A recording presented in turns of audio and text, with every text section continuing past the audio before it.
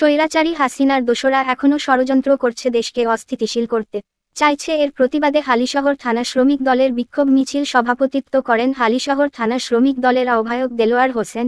বিক্ষোভ মিছিলের নেতৃত্ব দেন হালিশহর থানা শ্রমিক দলের সদস্য সচিব রফিক উদ্দিন জসিম।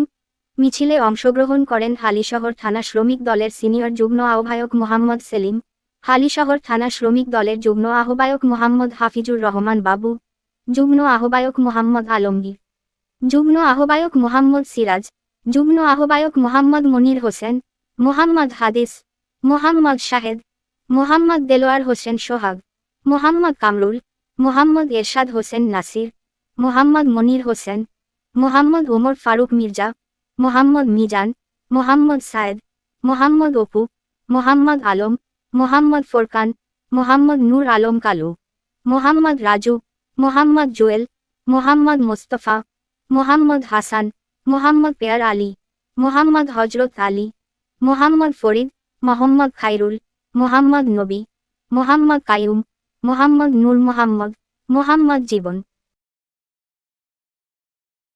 আলামিন চ্যানেল 10 চট্টগ্রাম।